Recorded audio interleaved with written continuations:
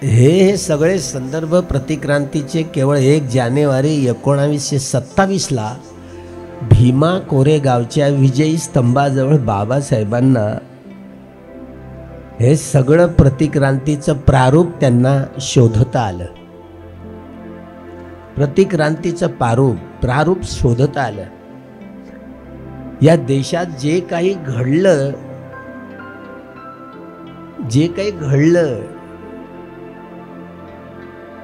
ते योग्य घडलं नाही. बुद्ध शासनात जाती व्यवस्था हा उतार आपल्याला दिसलाय आणि जाती व्यवस्थेच्या उतरंडीतनं माणसापासून एवढी तुटली ही जाती व्यवस्था जन्मभेदाच्या आधारावर केलेलं श्रमविभाजन आहे. हे केवळ आणि केवळ डॉक्टर बाबासाहेब आंबेडकरांना कळलं. लहानशी पुस्तिका अनिहिलेशन ऑफ कास्ट. जाती व्यवस्थेचं उच्चाटन होईल कसं हे दुसऱ्या कुठल्याच विद्वानाला नाही कळलं. की राजकीय लोकशाही जोपर्यंत सामाजिक लोकशाहीमध्ये बदलणार नाही, ही राजकीय लोकशाही आर्थिक लोकशाहीमध्ये बदलता येणार नाही, ही राजकीय लोकशाही सांस्कृतिक लोकशाहीमध्ये बदलता आली तरच या देशातल्या भावी पिढीला न्याय, स्वातंत्र्य, समता आणि बंधुभावाचे हक्क मिळतील. त्याशिवाय मिळणार नाहीत. म्हणून सरकारने ही ईव्हीएम आमच्या मूलभूत अधिकारांचं हनन करण्यासाठी घेऊन आली. तुम्ही कुठेही बटन दाबा, ती चालली कमळाबाईवर. म्हणजे 67 वर्ष संपूर्ण झाली धर्मांतराची आणि अजूनही आपल्या कपाळावरचं कुंकू, कानातली टापसं, बिर्या, नाकातले नथनी मुखळे, गळ्यातली पोत, बाहूतले बाहुटे, हातातल्या बांगड्या, पाटल्या, पायातली जोडवी आणि पट्ट्या हे सौंदर्याचं लेणं म्हणून वापरत राहतात. ही मनुची गुलामी आहे हे समजायला किती उशीर लागलाय. या देशातल्या सरकारांनी, सुप्रीम कोर्टाच्या न्यायाधीशांनी आस्थेवर निकाल दिला आणि ते राम मंदिर आहे. राम मंदिराची जागा होती पण आपली तर केस पटलावरच घेतली नव्हती. घेतली होती का? तिथे आजही जे जे उपलब्ध आहेत ना, कोरोनाच्या काळातनं मोहन मामाजीनं कोरोनाच्या काळातनं बरोबर सगळं जुगाड बनवून घेतलंय. घटना कितीही चांगली असली, घटना राबवणारे लोक जर लायक नसले तर अशी स्थिती ब्राह्मणवाद्यांनी करून टाकली. राजकीय लोकशाही जोपर्यंत सामाजिक लोकशाहीमध्ये बदलणार नाही, ही राजकीय लोकशाही आर्थिक लोकशाहीमध्ये बदलता येणार नाही, ही राजकीय लोकशाही सांस्कृतिक लोकशाहीमध्ये बदलता आली तरच या देशातल्या भावी पिढीला न्याय, स्वातंत्र्य, समता आणि बंधुभावाचे हक्क मिळतील. त्याशिवाय मिळणार नाहीत. म्हणून सरकारने ही ईव्हीएम आमच्या मूलभूत अधिकारांचं हनन करण्यासाठी घेऊन आली. तुम्ही कुठेही बटन दाबा, ती चालली कमळाबाईवर. फेक डिग्रीवाला, फेक मंत्री, प्रधानमंत्री तो तर काय बोलेल आता? उत्तर देता येत नाही म्हणून हा लोकांचा अधिकार आहे हिरावून घेण्यासाठी आता बिलं आणत आहेत मागे पुढे, मूलभूत अधिकारांचं हनन करण्यासाठी. बरं झालं त्याचं टापरं वाजत आहे आता. सुप्रीम कोर्टाने एक चांगला निर्णय दिला. इलेक्ट्रॉनिक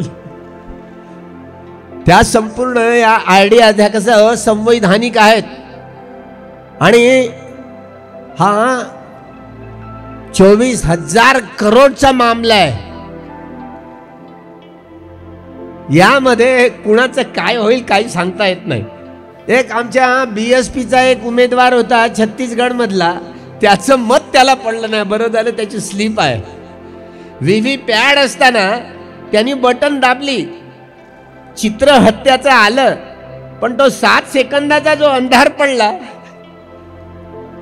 त्याचं मत त्याला पडलं नाही. ते गेलं कमळाबाईवर. जे आता खंडर आहेत ना तिथले ते सगळे बुद्ध विहाराचे. हायकोर्ट काय म्हणालं माहिती आहे? हायकोर्टाला काय चटणी भाकरी समजली काय अलाहाबादच्या? तुम्ही बुद्ध गुण गाथावली त्रिपिटकातला भाग, त्यात 1250 नाव आहेत बुद्धांचे. तर ज्ञानवापी हे नावच बुद्धाचं आहे. आणि त्या मशिदीचं नाव आहे ज्ञानवापी. हायकोर्ट असा ताशेरे ओढतोय की तिथे मंदिराचे औषध. तिथे काय निघालं म्हणतायत? लिंटपिंड. लिंटपिंड नाही आहे, ते स्तूप आहे. जे लिंटपिंड म्हणतात ना, लिंटपिंड नाही, ते स्तूप आहे. हे लक्षात ठेवा. त्याच्यावर बुद्धाच्या मूर्ती आहेत. ज्ञानवापी हे नावच बुद्धाचं आहे. या देशात 2000 लेणे आहेत आणि या 2000 लेण्यांपैकी एकट्या महाराष्ट्रात 1700 लेणे आहेत. याचा अर्थ काय की 100% महारठ्ठ हा बुद्धिस्ट होता.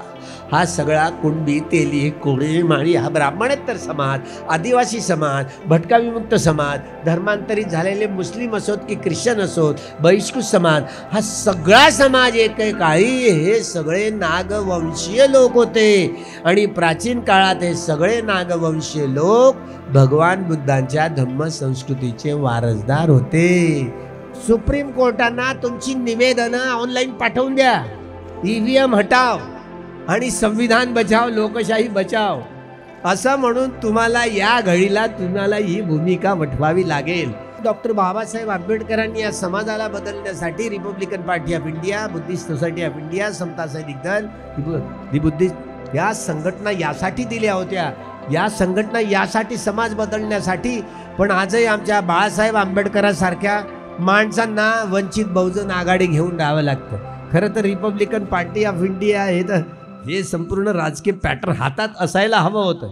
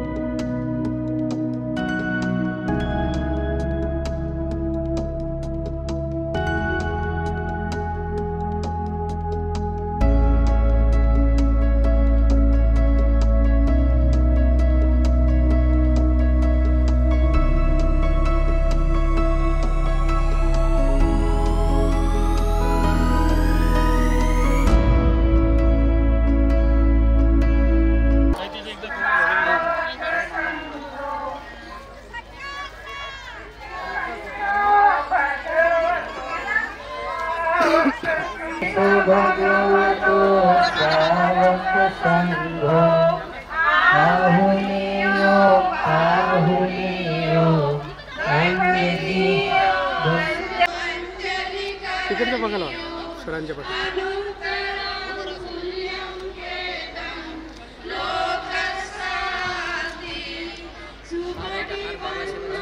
त्रिरत्न वंदना भी करेंगे.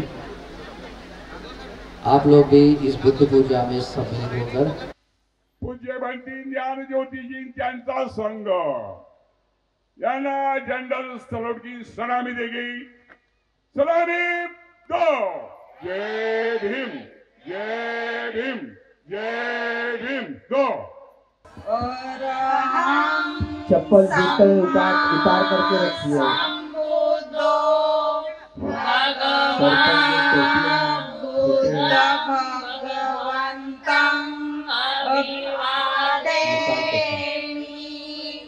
स्वाहातो भगवता धम्मो धम्मं नमस्सामि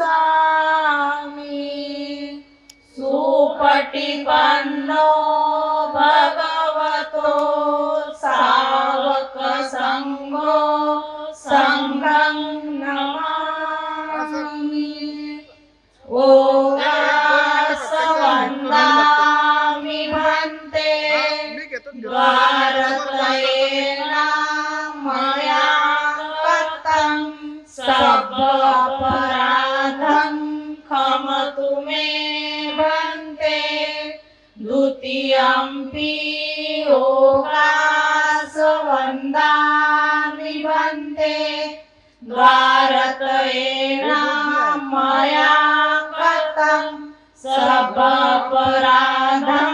क्षमतु मे भन्ते तृतीयम्पि ओगास वन्दामि भन्ते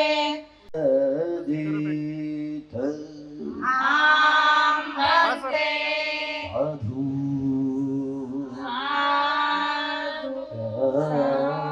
साधु साधु आउट मध्ये आहे का?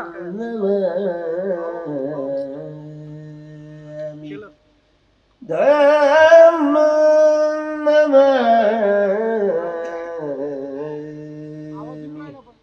संघ नमामि अहं वन्दामि सर्वदा अहं वन्दामि सर्वदा अहं वन्दामि सर्वदा तस्य भगवतो अरहतो सम्मा सम्बुद्धस्य नमो तस्य भगवतो अरहतो सम्मा सम्बुद्धस्य बुद्धं शरणं गच्छामि धम्मं शरणं गच्छामि संघं शरणं गच्छामि द्वितीयं बुद्धं शरणं गच्छामि द्वितीयं धम्मं शरणं गच्छामि सुदीपे तिरसपुरवरे नागलोके च धूपे सभ्ये बुद्धस्य बिम्बे सकलदशदिशे हे सदोमधिधातु वन्दे सभ्येऽपि बुद्धं दशबलधनुजं बोधिचेतियं नमामि वन्दामि चेतियं सर्वं सर्वत्राणि सुमतीर्थितम् शारीरिकधातु महाबोधि बुद्धरूप सकलं सदा यस्मूले निसिन्नो सर्वाणि विजयं मका कर्तु सर्वयुक्तं सत्ता वन्दे तं बोधिमानवम् इमे ते महाबोधि लोकनाथेन पूजिता अहं पिते नमस्सामि बोधिराजा नमस्तुते बोधिराजा नमस्तुते बोधिराजा नमस्तुते पठनं बोधिपल्लं द्वितीयं च यदीमिषं तृतीयं चङ्कमणं सेट्टं चतुर्थं रत्नाकरं पञ्चमं अजपानं च मुचलिन्देन षष्ठमं सप्तमं राजायतनं वन्दे मुनिसेवितं महादय महासत्तो बोधिमूले निशीर्य पंचमारी पराजित्वा पत्तो सम्बोधिमुत्तमम् इति किसो भगवारहं सम्मा सम्बुद्धो विद्याचरण संपन्नो सुगतो लोकविदुयनुत्तरो पुरीसदं वसारथी सत्ता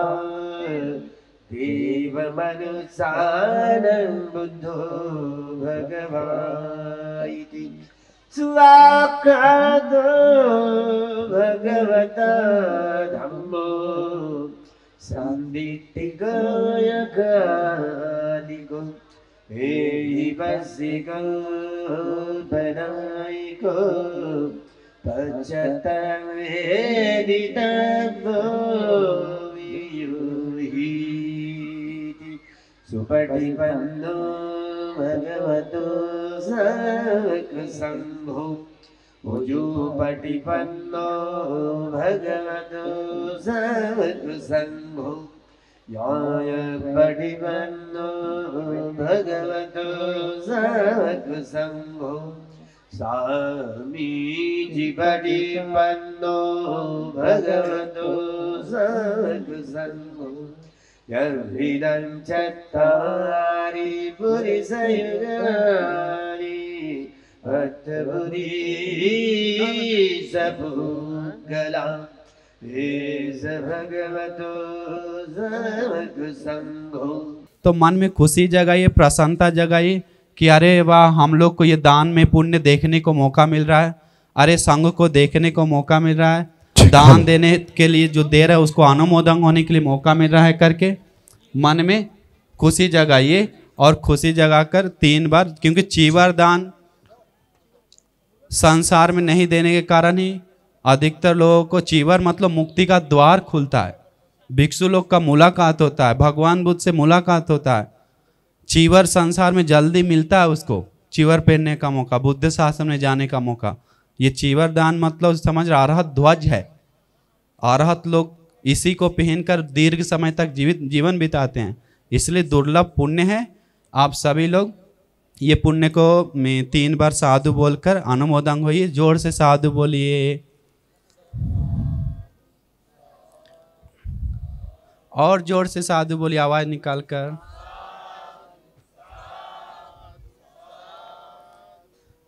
तो ये मन में चेतना जगाना चाहिए सभी लोग कि ये जो चीवर और परिष्कार है यहाँ पर पधारे गए सिर्फ भंती लोग को नहीं, बल्कि हम भगवान बुद्ध के श्रावक संघ के लिए देने जा रहे हैं। भगवान बुद्ध के श्रावक संघ में बहुत सारे भिक्षु लोग रह चुके हैं, जिनमें प्रज्ञा में अग्र अरहंत सारिपुत्र बनते अग्र स्थान पे हैं। इर्दि बल भिक्षुओं में से अग्र अरहंत मोग्गलान बनते दूसरे स्थान पे हैं। शील धुत गुणों से अग्र अरहंत महाकश्यप बनते तीसरे आसन पे। बहुश्रुत भिक्षुओं में से अग्र अरहंत आनंद बनते। विनयधर भिक्षुओं में से अग्र अरहंत उपाली बनती। प्रत्यलाभी भिक्षुओं में से अग्र अरहंत शिवली बनती। अरहंत नंद बनती, अरहंत राहुल बनती। बहुत सारे 80 महाश्रावक आदि अरहंत लोग बहुत सारे बुद्ध शासन में रह चुके हैं, उन्हीं लोग बुद्ध शासन को चमकाएं, अरहंत लोग को सेवा करें, उन परंपरा को सेवा करें, उन बुद्ध शासन को सेवा करें करके मन में श्रद्धा जगाना चाहिए, मन में खुशी आना चाहिए, मन में प्रसन्नता जगना चाहिए। अरे हम सभी लोग को दुर्लभ मौका मिला एक साथ संघ को गौरव से सेवा करने के लिए, सम्मान करने के लिए, धर्म सुनने के लिए। ये आज का दिन पुण्यमय दिन बनाना चाहिए, सभी लोग यादगार बनाना चाहिए कि आप सभी लोग को सुंदर से धर्म सुनने को मौका मिलेगा। बहुत सुंदर से आज का दिन अगर जो सुंदर से बिता देगा उसका जीवन भर यादगार बन जाएगा। इतना सुंदर धर्म सुनने को मिलेगा। इसलिए चीवर पूजा करने के बाद हम लोग धर्म का जो सुनने का जो टाइम टेबल शुरू करेंगे। तो आप सभी लोग हाथ में उठाकर 3 बार जोर से साधु बोलिए।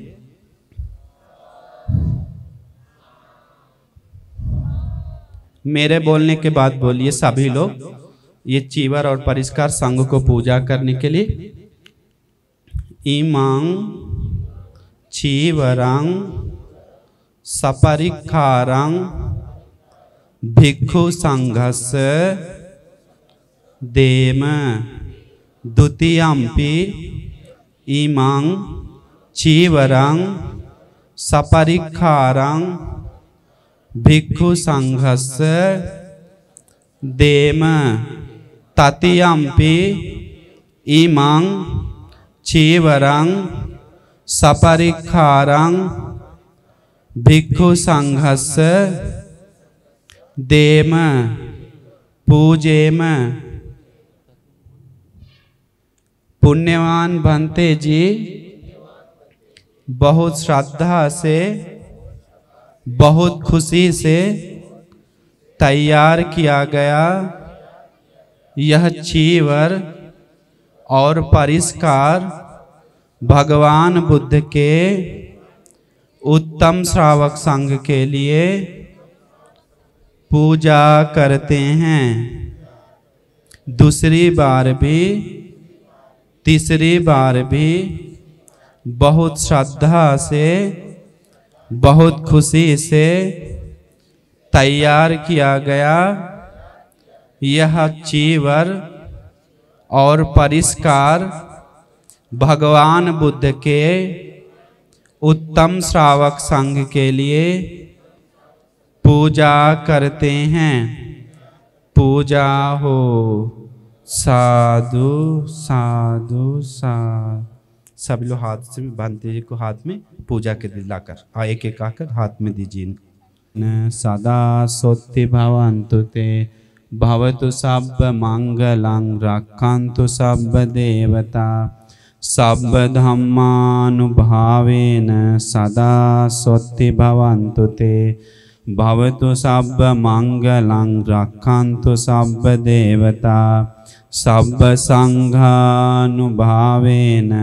सदा सोत्ति भवन्तु ते।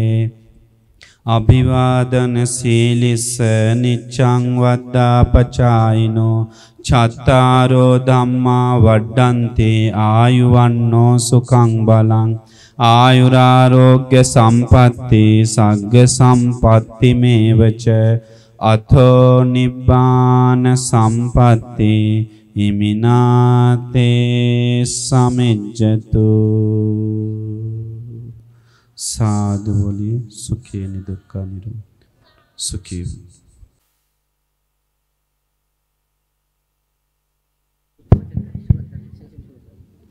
ठीक है, तो अभी आप सभी लोग को बहुत दुर्लभ मौका मिलेगा।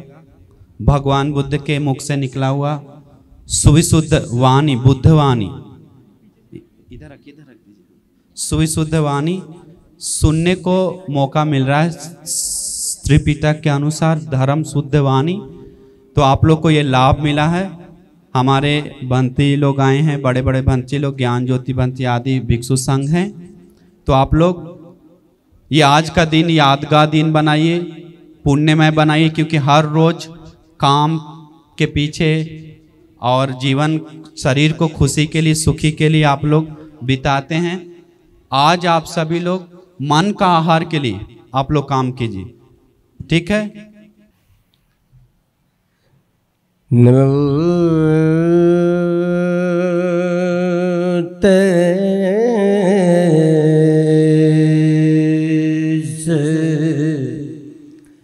भगवत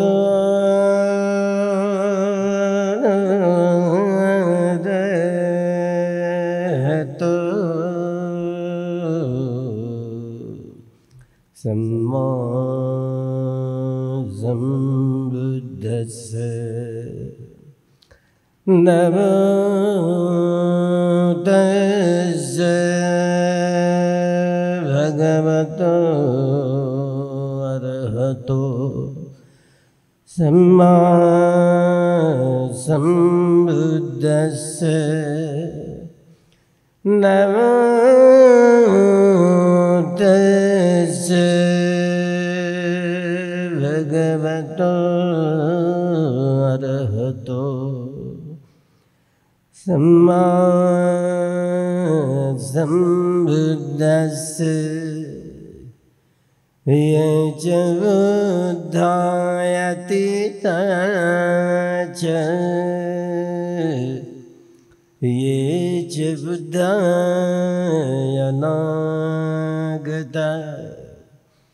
पचुपन्ना जये बुद्धा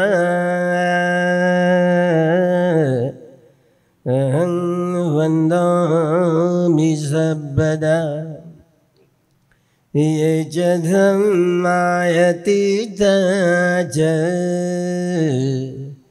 ये च धम्मायनागता पचुपन्ना च ये धम्मा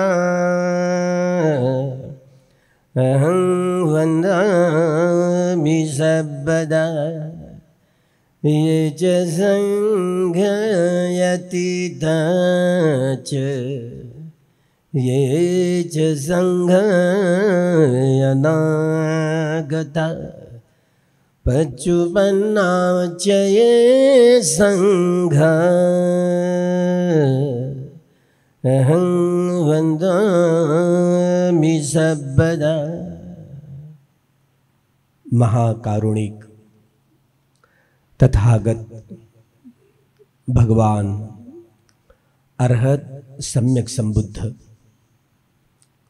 भगवंतांनी सुआख्यात केलेला सुस्पष्ट केलेला जो धारण करण्यायोग्य असा सद्धम्म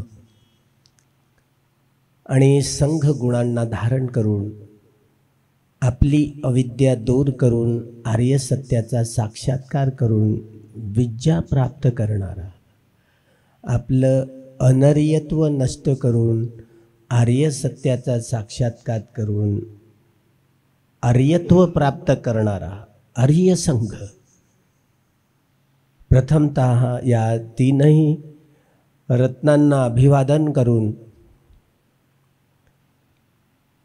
ज्या महानुभावांनी पूजनीय भिक्खू संघांनी जेव्हा जेव्हा बुद्धवाणीवर संदेह निर्माण झाला, विचिकित्सा निर्माण झाली, तेव्हा तेव्हा भगवान बुद्धांच्या मूळ वाणीचं वारंवार संगायन करून भगवंतांच्या मूळ वाणीची सुरक्षा केली, सद्धम्म सुरक्षित ठेवला।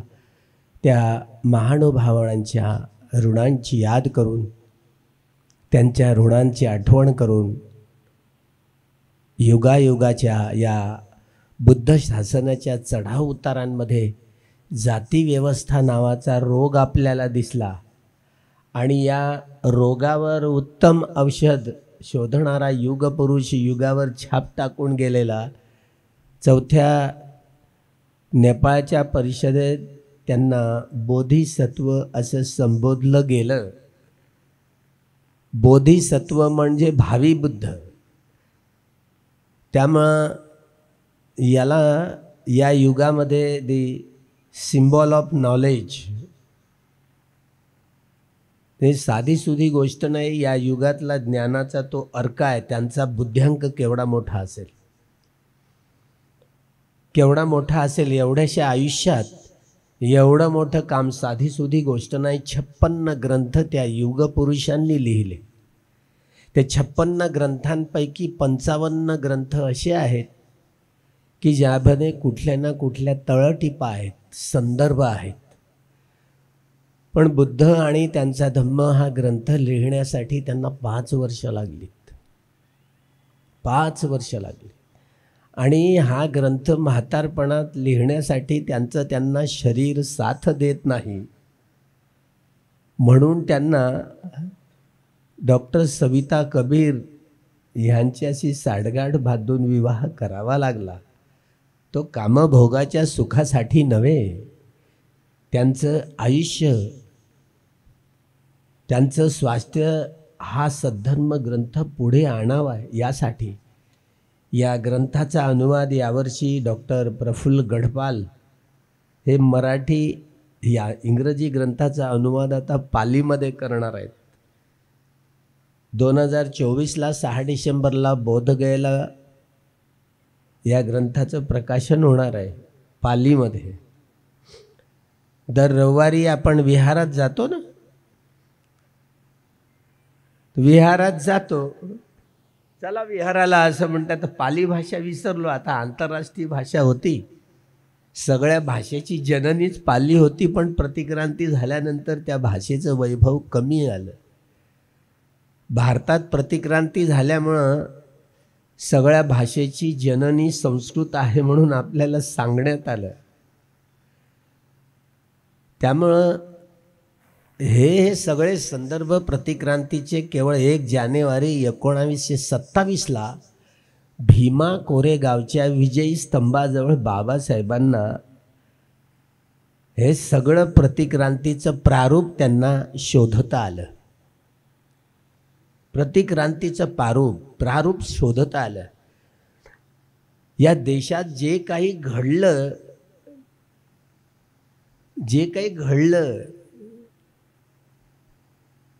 ते योग्य घडलं नाही.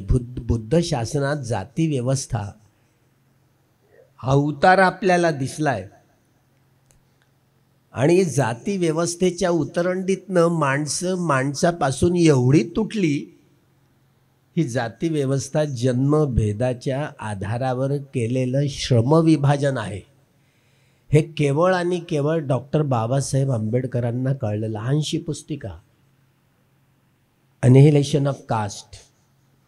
जाती व्यवस्थेचं उच्चाटन होईल कसं हे दुसऱ्या कुठल्याच विद्वानाला नाही कळलं. आणि थोडा आता दुसऱ्यांचा तरी काय दोष, तेवढा बुद्ध्यांक पाहिजे. त्यामुळं 4 PhD घेतल्यानंतर डॉक्टर बाबासाहेब आंबेडकरांच्या मनात आलं स्वतःचं हे संपूर्ण जीवन किती सुखाचैनीत घालवता आलं असतं. पण डॉक्टर बाबासाहेब आंबेडकरांचा हा पिंड हा बोधिसत्वाचा पिंड आहे. आणि बोधिसत्वाचा त्याग आणि कुठल्या विद्यापीठातनंही दिलेली डिग्री नाही आहे. बोधिसत्व म्हणजे भावी बुद्ध, भविष्यात येणारे बुद्ध.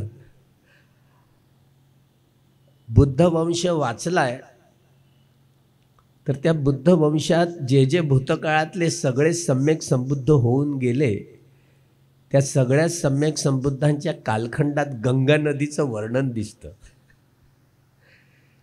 पुढे येणाऱ्या सम्यक संबुद्धांच्या कालखंडात देखील गंगा नदीचं वर्णन असेल.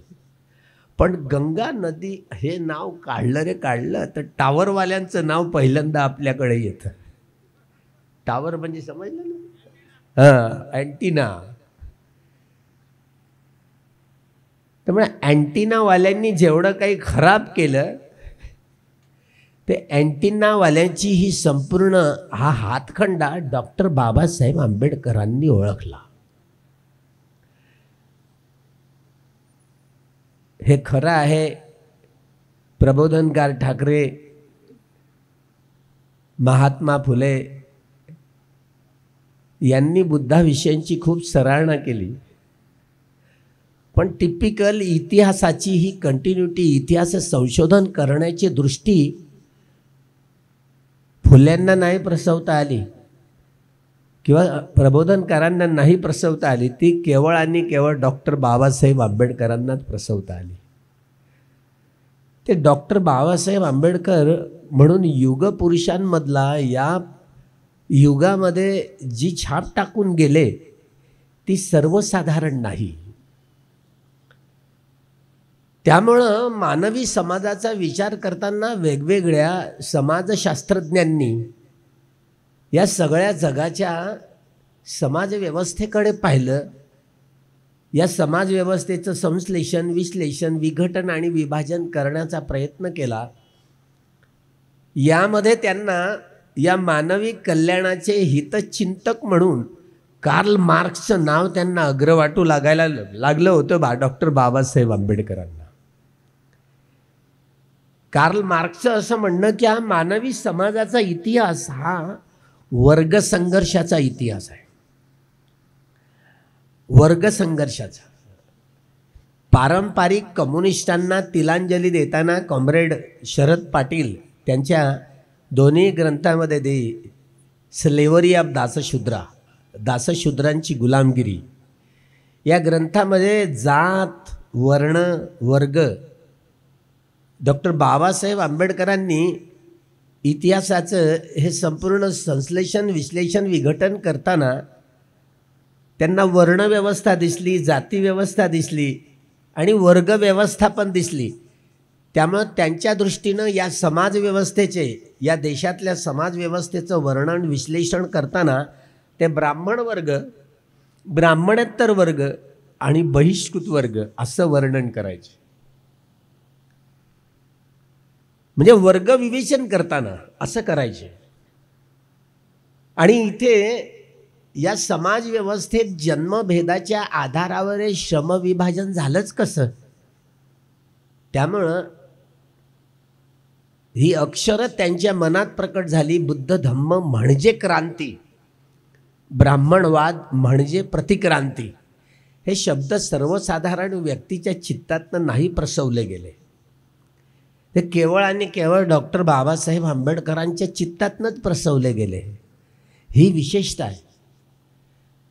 कारण हा सगळ्या मानवी समाजाकडे पाहताना हा बहुप्रवाही इतिहासाची जी धारणा डॉक्टर बाबासाहेब आंबेडकरांमध्ये जी घट्ट झाली, केवळ समाज व्यवस्थेचा इतिहास हा केवळ वर्ग संघर्षाचा असा आहे असं मानणं म्हणजे इतिहासाचा हा अर्धवट चेहरा पाहणं, परिपूर्ण नाही.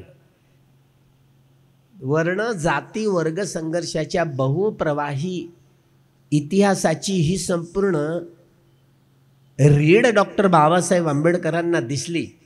हे खरं आहे की बुद्ध, मार्क्स, फुले, आंबेडकर असं वर्णन करत कॉम्रेड शरद पाटलांनी ब्राह्मणेतर समाज व्यवस्था, तिचा उच्चतम विकास वर्ण जाती व्यवस्थेच्या ह्या बहुप्रवाही इतिहासाच्या मांडणीतनं ब्राह्मणेतर साहित्य, सौंदर्यशास्त्र प्रसवण्यात थिअरिटिकल पातळीवर, सैद्धांतिक पातळीवर त्यांना त्यांची भूमिका ठेवता आली, ती प्रत्यक्ष व्यवहारात उतरवता आली नाही. डॉक्टर बाबासाहेब आंबेडकर 1 जानेवारी 1927ला महाडच्या चौदार तळ्याचं पाणी पिण्याचा निर्णय आणि 25 डिसेंबर 1927ला महाडला मनुस्मृती जाळण्याचा निर्णय 1 जानेवारी 1927लाच घेतलेला. हे समोरचं बसलेलं हे सहस्त्रबुद्धे नावाचा परिवार, दोघंही आले होते, आईवडील अकोल्यातले. डॉक्टर बाबासाहेब आंबेडकरांनी 25 डिसेंबर 1927ला महाडच्या क्रांतिभूमीवर सहस्त्रबुद्धे या मित्रांकडून, ब्राह्मण मित्रांकडून मनुस्मृतीचं दहन केलं. नम नम नम नम साहा सोनाराच्या हातानं कान टोचवले, असंच त्याला म्हणायचं. ब्राह्मणेतर चळवळ चालवणारे महात्मा फुल्यांच्या अंकीजीसह नारायणराव मेघाजी लोखंडे कामगार चळवळीचीही धुराच त्यांनी वठवली. पुढे हा सगळ्या ब्राह्मणेतर चळवळीचं हे संपूर्ण नेतृत्व ब्राह्मणेतर चळवळीच्या हातात आलं. महात्मा फुल्यांच्या या पावलावर पाऊल टाकत टाकत ही ब्राह्मणेतर चळवळ विकसित होत गेली. जेधे जवळकर ही ब्राह्मणेतर चळवळीतली माणसं, कशाला त्या बॅरिस्टर आंबेडकर तुम्ही त्या मनुस्मृती दहन करताना कशाला त्या बामणाला बोलवलं? काय काम पडलं?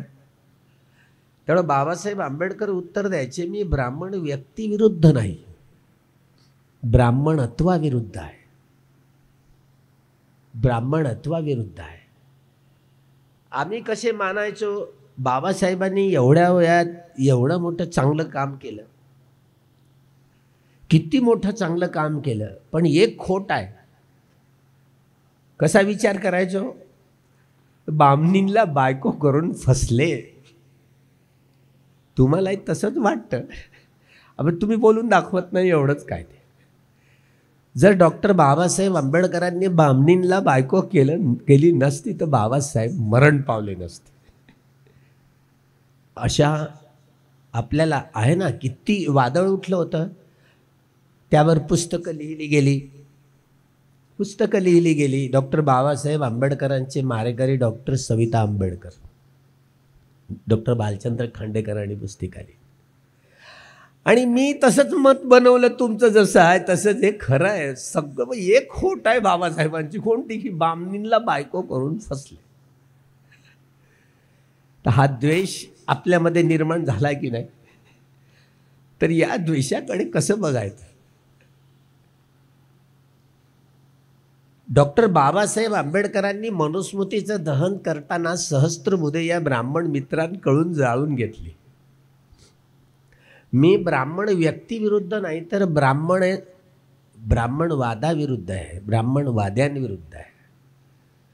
आपल्याला 67 वर्ष झाली. डॉक्टर बाबासाहेब आंबेडकरांनी 14 ऑक्टोबर 1956 साली नागपूरच्या पवित्र दीक्षाभूमीवर दीक्षा दिली आणि या ब्राह्मणवादाच्या जोखंडातून, तुरुंगातून आपल्याला बाहेर काढलं. ब्राह्मणवाद म्हणजे प्रतिक्रांती. जगातल्या ह्या सगळ्या मानवी समाजाला युद्धाची नाही तर बुद्धाची गरज आहे. बुद्धाच्या धम्माने जगाचं कल्याण होणार आहे, या निष्कर्षावर पोहोचण्यासाठी डॉक्टर बाबासाहेब आंबेडकरांना 35 वर्ष लागलीत. साधीसुधी गोष्ट नाही आहे, 35 वर्ष लागली. जगाचं कल्याण, भौतिक आणि भौतिकेतर सर्व प्रकारचं सर्वांगीण विकास होण्यासाठी मानवी समाजाचा केवळ आणि केवळ बुद्ध धम्माशिवाय पर्याय नाही, या निष्कर्षाला पोहोचले. म्हणून बुद्ध धम्म म्हणजे क्रांती. बुद्ध धम्मा धारण करून आर्य सत्याचा साक्षात्कार करून माणूस घडवला जातो. माणसाला माणसाशी माणसासारखं वागायला हवं आपण मानतो, पण आपण तरी वागतो का? नाही. तुम्ही आम्ही सगळेच, जगातली सगळीच माणसं आपण नेहमीच रागरंजित, द्वेषदूषित आणि मोहमुडीत होऊन काया वाचा मनाने कर्म करत असतो नेहमीच. आपल्याला माहीत नसतं की आपल्या अंगात मार संचारलेला आहे. मार पंच मारे पराजेत्वा पत्तो संबोधिंगुत्तमं. 5ही मारांना पराभूत करून सिद्धार्थ गौतमांनी सम्यक संबोधी, उत्तम प्रकारचे सम्यक संबोधी प्राप्त करून सम्यक संबुद्धत्व झाले. सम्यक संबुद्धत्व प्राप्त केलं. सम्यक संबुद्धत्व प्राप्त केलं ते त्याच्यानंतर त्यांच्या शरीरच प्रकाशमान झालं. तुमच्या आमचं ते केवळ आता मनुष्य राहिले नाही. ते मनुष्य आहेत का? तर नाही. ते यक्ष आहेत का? तर नाही. देवता आहेत का? तर नाही. काय ते बुद्ध म्हणतात. हे केवढी मोठी डिग्री आहे. सगळ्यात श्रेष्ठतम डिग्री म्हणजे बुद्ध. एकीकडे हा निसर्ग म्हणा आणि दुसरीकडे बुद्ध. आपण तसं म्हणतो की निसर्गाच्या या अत्युच्च विकासाचं उच्चतम शिखर म्हणजेच बुद्ध, अशी अनेक साहित्यिक वर्णन करतात. त्रिपिटक चाळल्यानंतर या निसर्गाविषयी, प्रकृतीविषयी जो समज आहे तो अजूनही आपला मिथ्या समज आहे. कारण सम्यक दृष्टी आपल्या आचरणात नाही आहे, ती कागदावर आहे. शब्दावर आहे. आपण सम्यक दृष्टी म्हणजे काय म्हणतो माहिती आहे का? तुम्ही कितीतरी पुस्तकं वाचली असतील, पण भगवान बुद्धांची बुद्धत्व जी दृष्टी आहे ना, ती एवढी सर्वसाधारण नाही आहे. बुद्धत्व दृष्टीनं, बुद्धाच्या दृष्टीनं त्यांनी सम्मादिठ्ठी, सम्यक दृष्टीची मुळापासून हा एक धम्मस्कंद आहे. एकूणच भगवंतांच्या वाणीतनं 82,000 धम्मस्कंद प्रसवले. त्यापैकी सम्मादिठ्ठी हा एक धम्मस्कंद आहे. 84,000 धम्मस्कंद या त्रिपिटकामध्ये समावलेले आहे. त्यापैकी 82,000 धम्मस्कंद हे तथागतांच्या प्रत्यक्ष वाणीतनं प्रसवलेले. 2,000 उर्वरित धम्मस्कंद हे अरहंतांच्या वाणीतनं प्रसवले. जे बुद्ध धम्म संघांच्या गुणांची परिपूर्णता आणि परिशुद्धता प्रकट करणं हे सर्वसाधारण सोपं काम नाही आहे. आणि म्हणून 2,000 धम्मस्कंद हे अरहंतांच्या वाणीतनं प्रसवलेले. एकूण 84,000 धम्मस्कंदांमध्ये हा त्रिपिटक साठवलेला आहे. यामध्ये 21,000 धम्मस्कंद हे सुत्त पिटकातली, 21,000 धम्मस्कंद ही विनय पिटकातली आणि 42,000 धम्मस्कंद ही अभिधम्म पिटकातली आहे. आपण बुद्धांच्या दृष्टीतनं तुमच्या हातात माईक द्या, ते आम्ही असो की तुम्ही असो, तुमच्या हातात माईक गेला, मला वाटतं गप्पच ना, कशाला सांगतो असं वाटायला लागतं. म्हणजे समजलंच नाही सम्मादिठ्ठी म्हणजे काय. तुम्ही अनेकदा पुस्तकं चाळली असेल, वाचली असेल, वाचन केलं असेल. सम्मादिठ्ठी म्हणजे तुमचा भ्रम आणि अजूनही भ्रांतीमध्ये तुम्ही शिजत आहात. सम्मादिठ्ठी म्हणजे योग्य दृष्टी असं म्हणतात. सम्मादिठ्ठी म्हणजे विवेकदृष्टी, सम्मादिठ्ठी म्हणजे वैज्ञानिक दृष्टी. अशा प्रकारचं तुम्ही विवेचन आपल्या प्रबोधनातनं करत असता आणि हे सारं चुकीचं आहे. म्हणून तथागताने एक एक धम्मस्कंद समजवताना पटिसंविधा ज्ञानावर, धम्म पटिसंविधा, अथ पटिसंविधा, निवृत्ती पटिसंविधा, पटिभान पटिसंविधा, या चारही प्रकारच्या पटिसंविधा ज्ञानावर ओतप्रोत मुळासकट आतलं बाहेरचं सारं रहस्य भगवंतांनी खोलून टाकलं. स्वाखातो भगवता धम्मो लिहाय ना, स्वाखातो. स्वाखातो काय खातो? संधी विग्रह करून एकेका शब्दाचं वाचन केलं तर अर्थ बोध होतो. सुआखातो, भगवंतांनी एक एक धम्मस्कंद सम्यक पद्धतीने समजावून सांगितला. ही सम्यक पद्धत काय आहे म्हणून तो वारंवार आपल्याला सम्यक हा शब्द निर्दिष्ट दे. सम्मादिठ्ठी, सम्मा संकप्पो, अरियो अठ्ठंगिको मग्गो.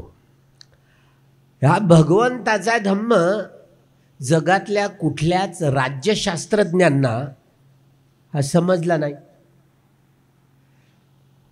त्यामुळे हा सद्धम्म समजण्यासाठी बोधिसत्वाचा पिंड पाहिजे.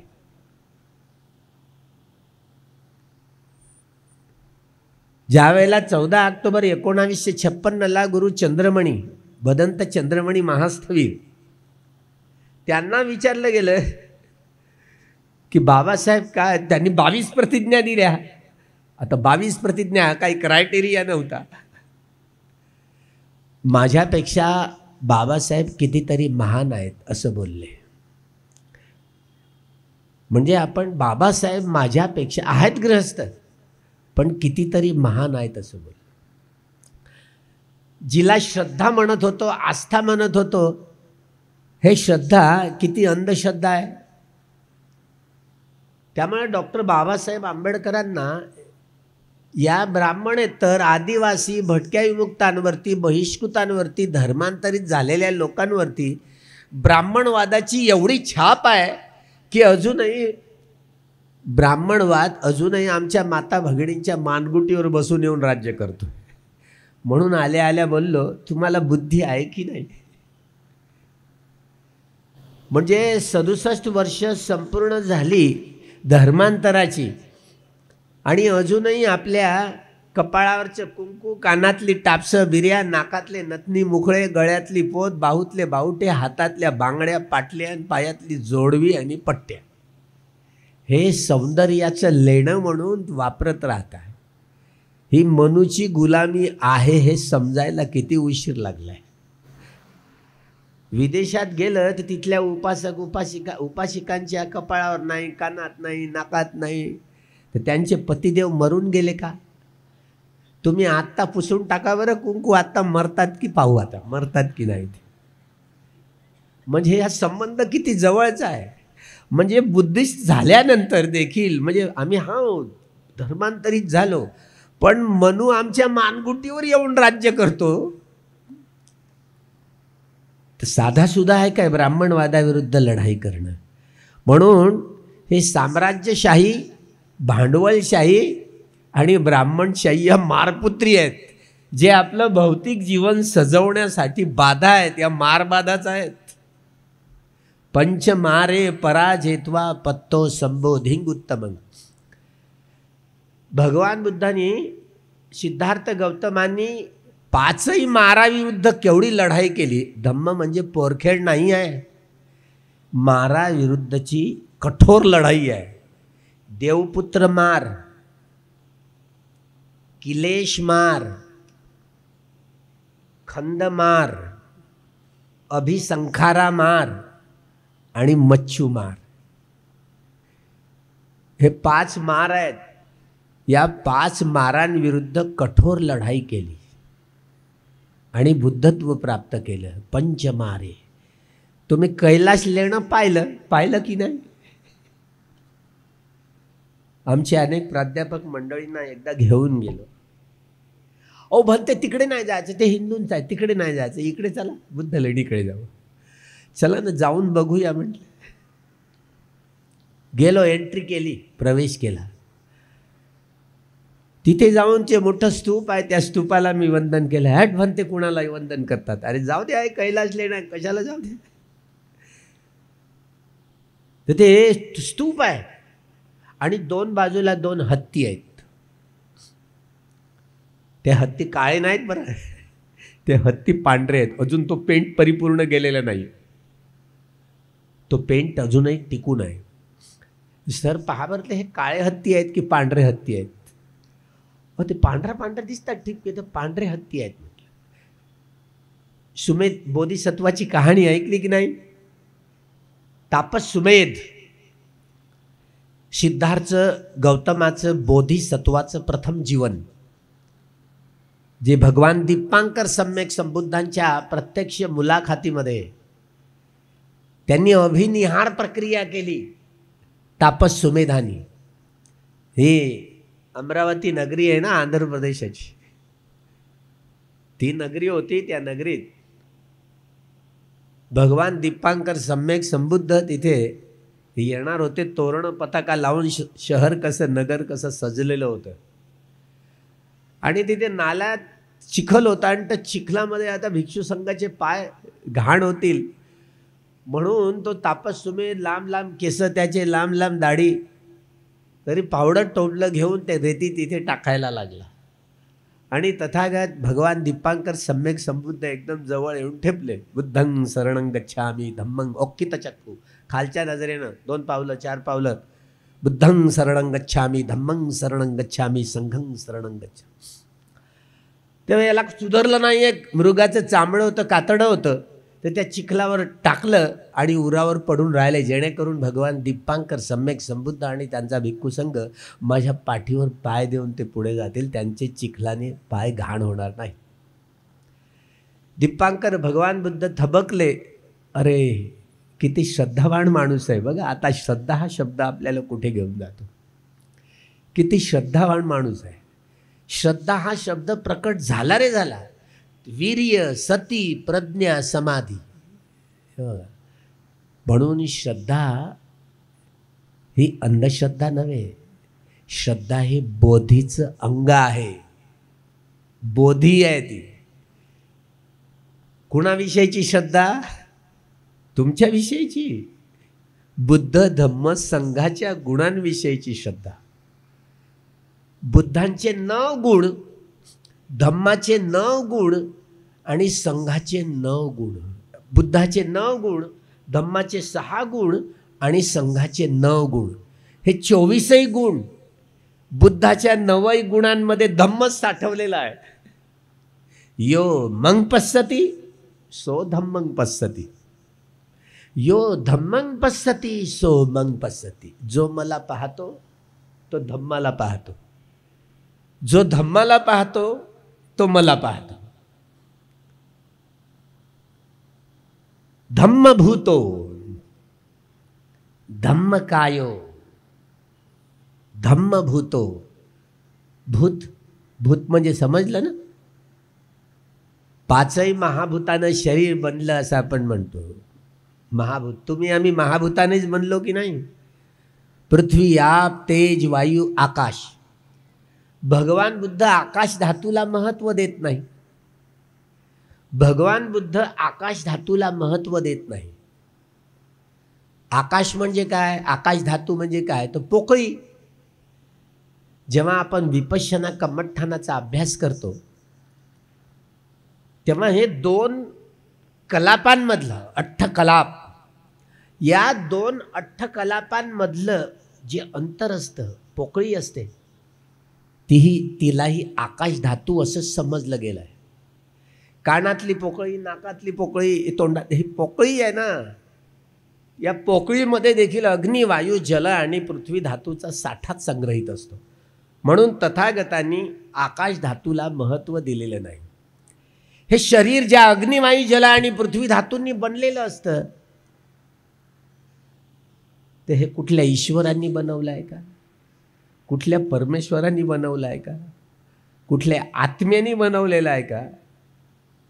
की कुठल्या परमात्म्याने बनवलेलं आहे? तथागतांना विपश्यना या कम्मठ्ठाणाच्या अभ्यासाद्वारे त्यांचं जे निरीक्षण आहे या प्रकृतीविषयी, निसर्गाविषयी, हे भौतिक जग जे डोळ्याला आपला दिसतं, चंद्र, सूर्य, तारे, पहाड, नद्या, नाले, समुद्र, सजीव, निर्जीव, वनस्पती, मनुष्य, मनुष्येतर प्राणी, काही दृश्य प्राणी, काही अदृश्य प्राणी.